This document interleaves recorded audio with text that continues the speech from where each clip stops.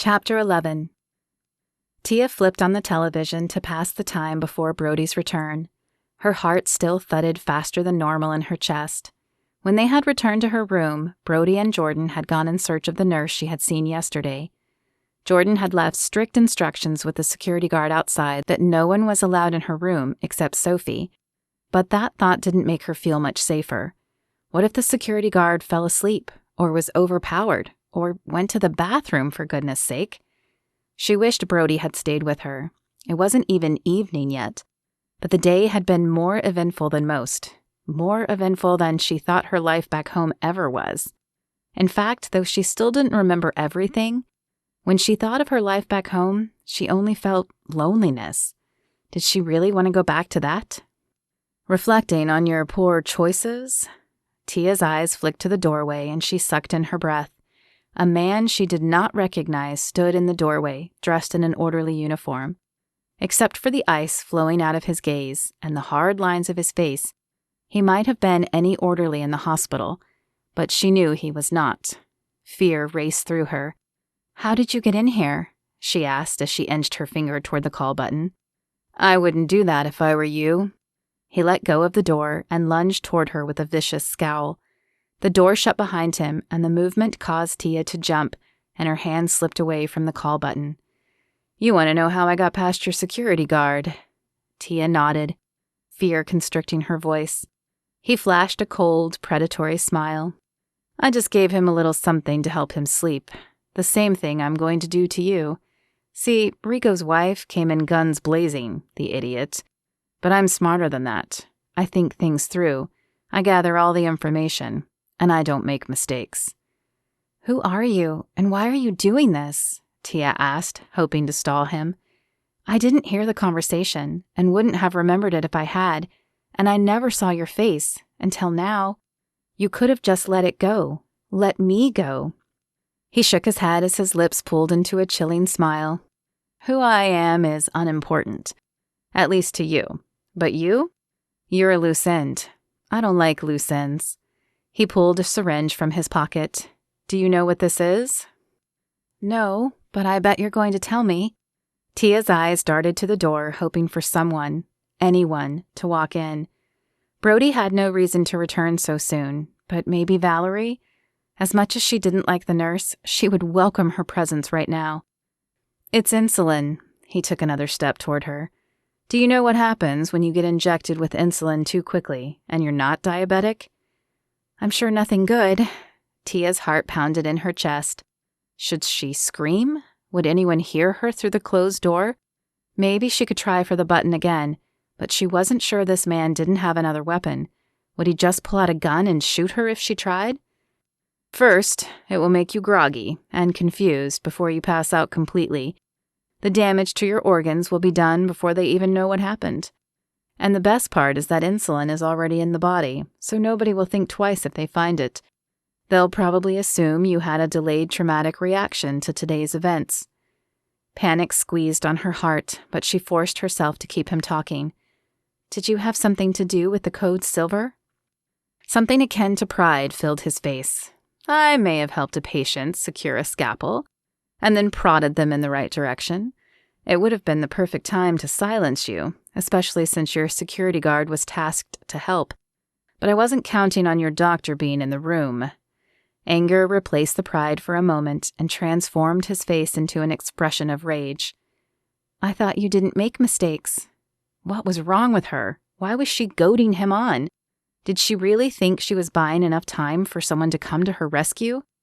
He chuckled, but it was a cold, calculating laugh. "See, I knew you listened, and now it's time to rectify that mistake."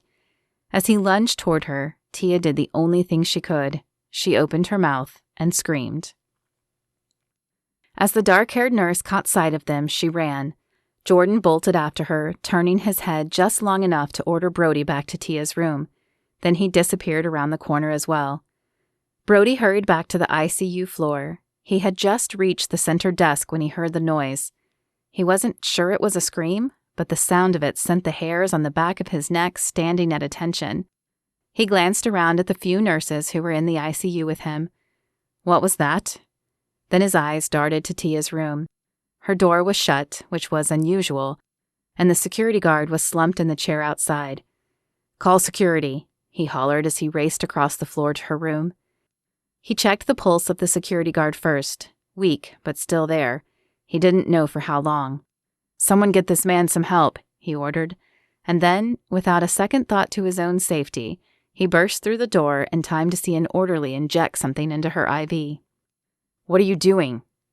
The man looked up at him, and the expression chilled Brody to the bone. His eyes were hard and cruel as if chiseled from stone, and there was not a shred of remorse or decency in them.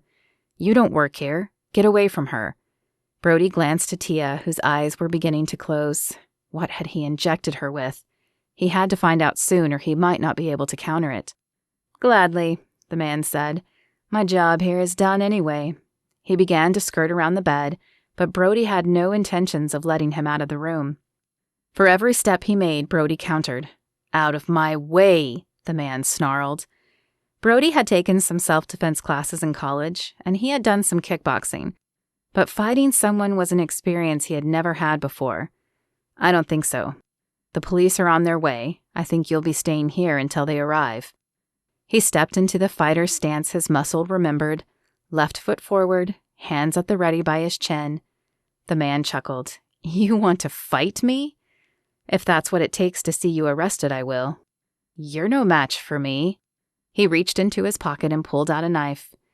Brody had never fought anyone with a knife, and images of previous stab victims bleeding out on his ER tables flashed through his mind. But he wasn't going to give up. Surely he could last until security or Jordan arrived. The man lunged for him, and Brody stepped to the side and threw a left hook. He missed the man's chin, but his fist hit the man's face with enough force to cause him to stumble forward. Brody took the opportunity to deliver a low kick to the back of the man's knee, and he went sprawling. The knife skidded away. With an angry roar, the man lunged at Brody and threw him into the wall. Brody hit the sharp corner where the bathroom jutted out and felt the pain race down his left side, but he didn't have time to dwell on it long before the man was on top of him. His powerful hands closed on Brody's throat, and the world began to go dark. And then there was air. Brody opened his eyes to see security hauling the man out of the room, but his head was still spinning from the momentary lack of oxygen. "Are you okay?" Valerie's face appeared above him. "Tia," he croaked and coughed. "He injected her with something, probably insulin. Get her some glycogen. The security guard outside, too." Valerie looked as if she wanted to argue, but she nodded and raced over to the bed. Brody reached a hand up to massage his neck. He'd been lucky, and he knew it. When he could take a solid breath, he pushed himself to a sitting position and then stood, pausing only long enough to make sure the world wasn't spinning before racing to Tia's side. Valerie stepped back from the IV and then hurried out of the room to administer one to the security guard. Brody stared down at Tia. Suddenly, her eyes fluttered open and she blinked. Then her gaze locked on Brody, and she gripped his arm. "Did he escape?"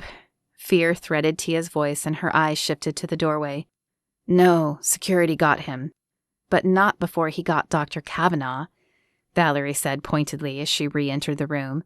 "You need to get checked out yourself." "I will," Brody said. In addition to a pounding in his head, he could feel the left side of his body stiffening, but not until I talked to Detective Graves.